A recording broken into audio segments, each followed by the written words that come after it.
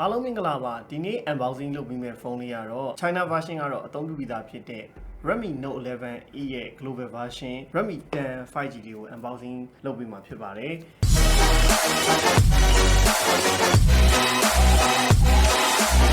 ဒီ Redmi 10 5G global version ကဆိုရင်ကျွန်တော်တို့ပုံမှန်မြင်တွေ့တဲ့အတိုင်းပဲပေါ့နော် Note 11e မှာပါတဲ့ specification တွေအားလုံးဖြစ်တဲ့ performance အတွက် MediaTek Dimensity 700 7nm ကိုသုံးထားတယ် screen size 6.5inch Full HD Plus display ကိုအသုံးပြုပေးထားပြီး refresh rate 90Hz ပါဝင်တယ် 90Hz ကိုမှသူက adaptive sim နည်းပညာပါဝင်တဲ့ဖြစ်တဲ့အတွက်အလိုလျောက် refresh rate တွေကိုချိန်ညှိပေးတဲ့အတွက် power စားသုံးမှုမှာသက်သာစေမယ်နောက် battery 5000 mAh quick charging 18W နဲ့ dual 5G နှစ်ကက်လုံးပေါ့ single နှစ်ကက်လုံး 5G network support ပေးနိုင်ပါမယ်15 megapixel main camera ရဲ့2 megapixel depth sensor နဲ့ TI camera မှာလည်း5 megapixel selfie camera ပါဝင်ပါတယ်အကျဉ်းအပြင်အားလုံးအတူတူပါပဲအဲ့တော့ကျွန်တော်တို့အများကြီးမပြောတော့ဘူးဒီကောင်လေးကို unbox လုပ်ပြီးတော့အတူတူကြည့်လိုက်အောင်ပါเนาะကျွန်တော်တို့ဒီ Redmi 10 5G ကကျွန်တော် global version ဖြစ်တာနဲ့အညီဒီမဲ့အစာတွေအားလုံးပေါ့เนาะဒါကျွန်တော်တို့အကုန်လုံးဘေးပညာအားလုံးဘေးမှာချီချီဟိုဟာနဲ့လာပါတယ်เนาะအင်္ဂလိပ်စာတွေနဲ့ပဲလာပါတယ် Note 11e ရဲ့ global version ပေါ့เนาะ Redmi 10 5G ဆိုတော့တကယ်လို့ Note 11e ကို global ကိုပြောင်းသုံးရင် Redmi 10 5G အနေနဲ့သုံးရမှာဖြစ်ပါတယ်ဒါတော့ကျွန်တော်တို့ထိုင်း global ပေါ့နော်ထိုင်းဘက်ကနေဝင်တာ RAM 464GB version ကိုကျွန်တော်တို့4,600,000ဝန်းကျင်နဲ့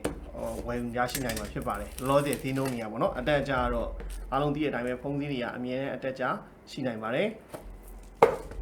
အဲ့တော့ကျွန်တော်တို့ဘာတွေပါတော့ကြည့်အောင်တော့ကျွန်တော်ဒီမှာတော့ 0.7 လောက်အထူရှိတဲ့ silicon ပါပါမယ်silicon ပါမယ်နောက်ပြီးရင်ကျွန်တော်ဒီမဲ့ global ရဲ့ထုံးစံတိုင်း user guide catalog တွေကထူးရင်เนาะဒါပါမယ်နောက် scene injector လေးပါမယ်ဒါကတော့ပြီးရင်ကျွန်တော်ထုတ်ကြည့်မယ်ပေါ့เนาะအသေးစိတ်နောက်ကတော့ဒီမှာကျွန်တော်ရဲ့မြင်သားကြီးပေါ့เนาะ global ဖြစ်သွားတဲ့အတွက်ကတော့ Redmi 10 5G ပါတဲ့ SoC အတူတူပဲ Dimensity 700နောက်15 megapixel main camera ပါမယ် screen size လည်းအတူတူပဲနောက် battery 5000 mAh ပေါ့เนาะကျွန်တော်ဒီမှာပါခင်ရတော့big quality ပုံစံအသားအနာအားလုံးဒီကျွန်တော်တို့လက်ထဲမှာကင်နေတဲ့ရှိတဲ့ Note 11e နဲ့အတူတူပါပဲเนาะကျွန်တော်တို့ပုံစံတွေအားလုံးဒီဇိုင်းသားနာတွေအားလုံးပါเนาะကျွန်တော်တို့ဒါလေးပဲခွာလိုက်မယ်စတစ်ကာလေးခွာလိုက်ပြီးတော့ဒီမှာကြည့်လိုက်ပါเนาะဒီနောက်ကဒီကျွန်တော်တို့ grip လေးတွေလောက်ထားတာဟာအားလုံးဒီလဲဒီ Note 11e နဲ့အတူတူပါပဲအခုပြရတော့ Redmi 10 5G ပါเนาะ global version ပါcamera back အားလုံးနောက်ဒီ flash ထားတဲ့ဓာတ်သုံးနေရအားလုံးအတူတူပါပဲဒါပေမဲ့အဓိက global version ဖြစ်သွားတာနဲ့အညီဒီမှာစီးတစ်စိတ်လိုကိုလေးပါတယ်ဗျာเนาะကျန်တာတော့အားလုံးအထူပါညာအားလုံးလည်းအတူတူပဲအပေါ်မှာ 3.5mm audio jack box ပါမယ်နောက်ကျွန်တော်တို့ဒါ IR blaster ပေါ့ remote control လို့အသုံးပြုနိုင်မယ်ဟာဒီမှာတော့ကျွန်တော် scene injector box ပါမယ်အောက်မှာတော့ type C port ရယ် speaker တစ်လုံးရယ်ပါမယ်ဒီမဲ့ mic ပါမယ်ပေါ့เนาะဒီဘက်ကတော့ကျွန်တော် volume up down ရယ် Simon fingerprint လေးရပါမယ်ပေါ့ fingerprint က power button မှာ okay เนาะဒါကတော့ကျွန်တော်တို့ Note 11e 5G ပေါ့ okay power လေးဖွင့်ပြီးတော့ဆက်ကြည့်တာပေါ့เนาะခဏချလိုက်အောင်မယ်ဘာလေးပေါင်းထပ်ကြည့်ရအောင်ဟောဘူးထဲမှာတော့81 quick charging ကောင်းရယ်နောက် type C ကြိုးရပါမယ်ပေါ့ charging ကောင်းကတော့ 22.5W ထိ support ပေးတဲ့ခေါင်းကိုထည့်ပေးထားတယ်ဖုန်းကတော့ 80W နဲ့ပဲအားသွင်းလို့ရမှာဖြစ်ပါတယ်ကဲတော့တကယ်လို့ကျွန်တော်တို့က Redmi 10 5G လေးကိုဝယ်မယ်ဟေးဆိုရင်တော့ဖုန်းအားသွင်းကြိုးအားသွင်းကောင်း scene injector ရယ်နောက်ပြီးရင်ဒီမှာကျွန်တော်တို့ silicon cover လေးရပါမှာဖြစ်ပါတယ်ကျွန်တော်တို့ 3 slot ပါ 3 slot ဖြစ်သွားတာနဲ့အညီsingle နှစ်ကက် memory card ဖြိုင်တူထည့်သွင်းသုံးနိုင်ပါတယ်ကျွန်တော်တို့ဒါကတော့ Note 11e ရဲ့ global version Redmi 10 5G ကိုမြင်တွေ့ရမယ့်အနေအထားပါပဲ global version ဖြစ်သွားလို့ဆိုပြီးတော့ display color quality တွေကအရင်ကောင်းနေတော့မဟုတ်ဘူးပုံမှန်ကျွန်တော်တို့ Note 11e မှာမြင်တွေ့ရတဲ့အတိုင်းပဲLCD IPS Full HD Black ဒီ road tag အသားနာနေထားရလဲအတူတူပဲပေါ့ဗျာဒါပေမဲ့သူက global version ဖြစ်သွားတာနဲ့ညီ Google service အားလုံးတစ်ခါတည်းပါလာမယ်အဲ့တော့ဘူးလဲနေမယ်တစ်ခါတည်းကြည့်လိုက်ပေါ့နော်ဒါ Redmi 10 5G ပါဒါပေမဲ့ Note 11e ရဲ့ global version ပြောရင်ဒီ Redmi 10 5G လို့ပြောရမှာပါเนาะအဲ့တော့အားလုံးမြင်နေတဲ့အရောင်အနေနဲ့ကကျွန်တော်ခဲရောင်ရယ်ဒီအစိမ်းရောင်ရယ်နောက်အနက်ရောင်ရယ်ဆိုပြီးတော့3ရောင်ဝယ်ရရှိနိုင်မှာဖြစ်ပါတယ်ဒီ camera bank ကတော့အတူတူပဲပေါ့ဗျာအပေါ်က15 megapixel main camera ရယ်2 megapixel depth sensor ရှေ့ကကျွန်တော်တို့5 megapixel selfie ပါမယ်ပေါ့နော်နောက် specification တွေလည်းဒီမှာအားလုံးမြင်နေတဲ့အတိုင်းပဲဒီ memory extension 1GB ရတော့ RAM 5GB အနေနဲ့သုံးလို့ရမယ် Dimensity 700နောက် Android version 12နဲ့သုံးလို့ရမယ်ပေါ့ဒီကောင်သုံးရင်တော့တခါတည်း Android version MIUI 13နဲ့ရမယ် ကျွန်တော်တို့ Note 11E ကတော့ 12.5 နဲ့လာမှမသိဘူးဒါပေမဲ့အခုတော့ Mi Band 13 update ပေးပြီးထင်ပါတယ် Note 11E သမားတွေအနေနဲ့နောက် refresh rate အနေနဲ့ကတော့ကျွန်တော်တို့ဒီမှာ display မှာကျွန်တော်တစ်ချက်ပြပေးမယ်ပေါ့နော် display မှာ refresh rate ကကျွန်တော်60Hz 90Hz စိတ်ကြိုက်ထားလို့ရတယ်အဲ့တော့ကျွန်တော်တို့ကတော်တော်လက်လက်သုံးခြင်းနဲ့ဟိတ်ဆိုရင်တော့ 90Hz ထားပြီးတော့သုံးပြီပေါ့ဗျာ 90Hz ထားပြီးသုံးရင်တော့ပို့ပြီးတော့ smooth ဖြစ်တယ်လို့ခံစားရမယ်ပေါ့ refresh rate မှာ adaptive sync ပါတယ်ဆိုတာဗျာကျွန်တော်တို့ဒီကောင်ကလောဆယ် 90Hz ပေါ့နော်မထိတော့ခွေစဉ် 30Hz ထိနှိမ့်သွားတာကိုပြောတာပါမလိုအပ်ရင်မလိုအပ်တယ်လို့ refresh rate ကိုချပေးတဲ့အတွက်battery ကြခံအောင်လုပ်ပေးတာပေါ့နော် adaptive sync နည်းပညာကဲတော့ကျွန်တော်ကင်မရာလေးနည်းနည်းကြည့်ရအောင်ပါ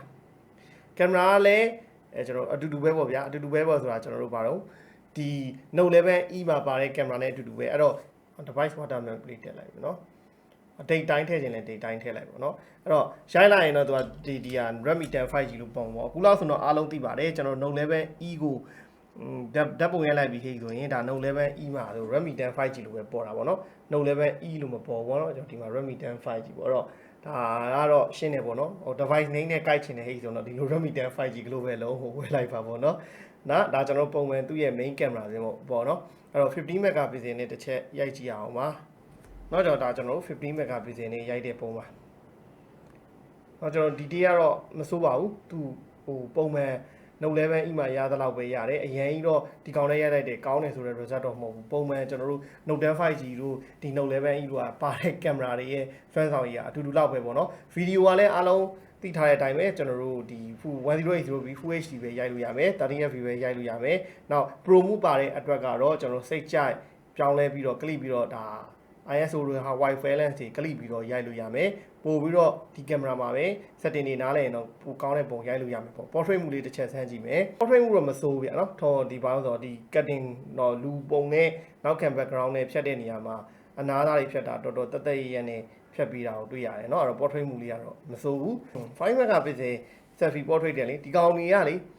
ကျွန်တော်တို့အယောင်လေး color တွေခဏတာထားပါတော့ဒါ5 megapixel selfie မှာဒီတခါလေး beauty ဘာညာပါပြီးတော့ background ရိုက်တဲ့အခါမှာတော့ဒီမီးလင်းရောင်ကောင်းကောင်းရတယ်ဆိုရင်တော့သူ့ရုပ်ထွက်လေးကအဆင်ပြေပါတယ်เนาะကျွန်တော်ဒီမှာဒါကြောင့်ဒါ5 megapixel selfie နဲ့ရိုက်လိုက်တာပုံမှန် photo လည်းမိုက်ပါတယ်เนาะကျွန်တော် selfie လည်းမစိုးဘူးပေါ့ဒါပေမဲ့ပေါ့เนาะဒီကောင်တွေပေါ့အထူးသဖြင့် Note 11E Note 10 5G တွေကအားလုံးနောက်ဒီ Redmi 10 5G အပါအဝင်ပေါ့ဒီကောင်တွေဒီကင်မရာကရှိတိုက်တဲ့ mid range နဲ့မှာရှိတဲ့ကင်မရာတွေပဲပါတယ်ပေါ့เนาะအရင်ဒီကောင်တွေရဲလဲလို့တော့အရင်လန်ထွက်ပြန်တွက်နေအောင်ကောင်းတဲ့အနေထားမှာတော့မရှိဘူးဒါဆိုရင်ဒါကျွန်တော်မီ against the light HDR backlight ရိုက်ထားတဲ့နေရာမှာနောက်ကတော့နည်းနည်းဖွေးသွားတယ်ဒါပေမဲ့ HDR backlight ရိုက်မယ်ဟိဆိုရင်လည်းဒီလိုအနေထားရိုက်လို့ရပါတယ်အဲ့တော့အတူတူပါပဲအဓိကပြောချင်တာတော့ကျွန်တော်တို့ဒါ Note 11E ရဲ့ global version 10 5G လေးကိုရောက်နေပြီဗမာပြည်ထဲမှာဝင်နေပြီဝယ်လို့ရပြီဆိုတာကို inform ပေးချင်တာအဲ့တော့ရမယ့်ရုပ်ထွက် quality ဘာညာတော့အတူတူပဲပေါ့ဗျာเนาะကဲဟုတ်ပြီတော့ဒါ Redmi 10 5G မှာမြင်ရမယ့်ရုပ်ထွက် color အနေထား Note 11E ရလို့ပဲ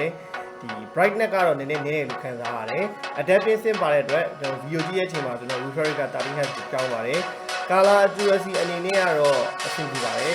ဒီ display IPS LCD မှာပဲကောင်းကောင်းကြည့်လို့ရတယ်ဒါပေမဲ့အလင်းပေါ့နော်အလင်းလေးကတော့ကျွန်တော်နည်းနည်းလို့ခံစားရတယ်ပေါ့နော် viewing angle နည်းနည်းရတာနည်းတယ်ဒါပေမဲ့ Full HD display ဖြစ်တာတဲ့အတွက်ကတော့ဒီ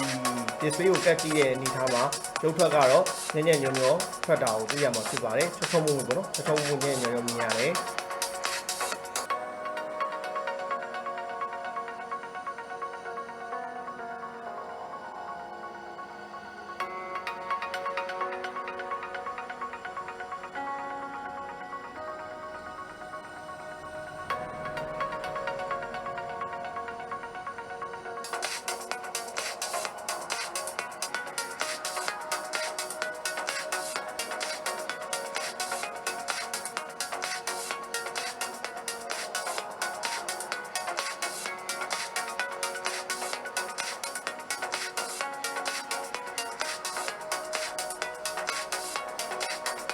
ဒါဆိုရင်ဒါ Redmi 10 5G ရဲ့ရုပ်ထွက်နဲ့အတန်ကိုမြင်တွေ့ခဲ့ရဖြစ်ပါတယ်ရုပ်ထွက်ပိုင်းအနေနဲ့ကတော့ဒီ color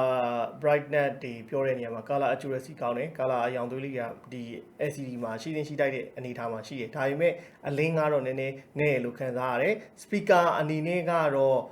ကျွန်တော်တို့ဒီဈေးထဲမှာရှိတဲ့ Redmi ဖုန်းတွေမှာပဲ dual speaker ပါတဲ့ဖုန်းတွေလောက်တော့အတန်အရန်ကောင်းတာ မတွေ့ရဘူးဒီကောင်က mono speaker ဖြစ်တဲ့အတွက်တော့အဲ့ဒီဖုန်းတွေလောက်အတန်ထွက်မကောင်းဘူးလို့ပြောချင်တယ်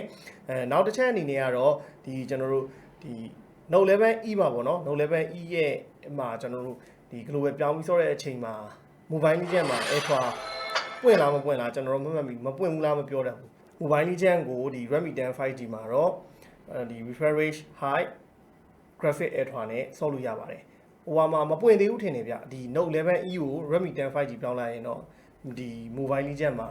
high ထိပဲရတယ်ထင်တယ်ကဲထားပါအဲ့ဒါကတော့ကျွန်တော်တခါလေး inform ပေးလိုက်တာနောက် gyroscope ပေါ့နော် gyroscope ကတော့ဟိုပါပါတယ်เนาะ gyroscope ကပါတယ် magnometer ပါတယ်အားလုံးပါတယ်နောက်ဒီကောင် gaming test ဆမ်ပေးဖို့လိုရင်လည်းကျွန်တော်ဆမ်ပေးပါလို့ပြောပါတော့ဒါပေမဲ့ဒီ Note 11E မှာရတဲ့ performance ပဲဒီကောင်မှာရမှာပါဒီကောင်က global version ဖြစ်သွားတာ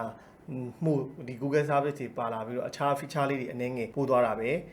ရှိမယ်ပေါ့နော် Iron Blaster ပါလာတဲ့အညီကျွန်တော်ဒီ remote control အသုံးပြုလို့ရမယ်နောက် FM radio သုံးလို့ရပါမယ်ကျန်တာကတော့ကျွန်တော်တို့ global version တွေရဲ့ထုံးစံတိုင်း call ခေါ်တာဖမ်းရင်เนาะအတန်ဖမ်းနေပြီဆိုတာ order လေးတော့ရှိပါလိမ့်မယ်အဲ့တော့ပြောချင်တာတော့ဗျာကျွန်တော်တို့ဒီလောလောဆယ် Note 11E တွေအပစ္စည်းမဝင်ဘူးဖြစ်နေတဲ့အချိန်မှာတော့ Note 11E ရဲ့ global version Redmi 10 5G ဈေးကွက်ထဲမှာရောက်လာပြီဈေးနှုန်းနေရာနဲ့ကလည်းဒါဒီချိန်မှာပေါက်တဲ့ဈေးနေကတော့အတူတူလောက်ပဲရှိတာပေါ့နော်အရင် China အလုံးဈေးနဲ့ဒီကောင်ဈေးနဲ့အတူတူလောက်ပဲရှိတာအဲ့တော့ Note 11E မရလို့စိတ်မညစ်နေပါနဲ့ Note 11E ရဲ့ global version ဖြစ်တဲ့ Redmi 10 5G ကိုကျွန်တော်တို့ Z မှာဝယ်လို့ရပြီလို့ပြောရင်လည်းဒီနေ့ unboxing မှာဒီမှာအဆုံးသတ်ပါမယ်အားလုံးဘိုင်ဘိုင်ပါခင်ဗျာ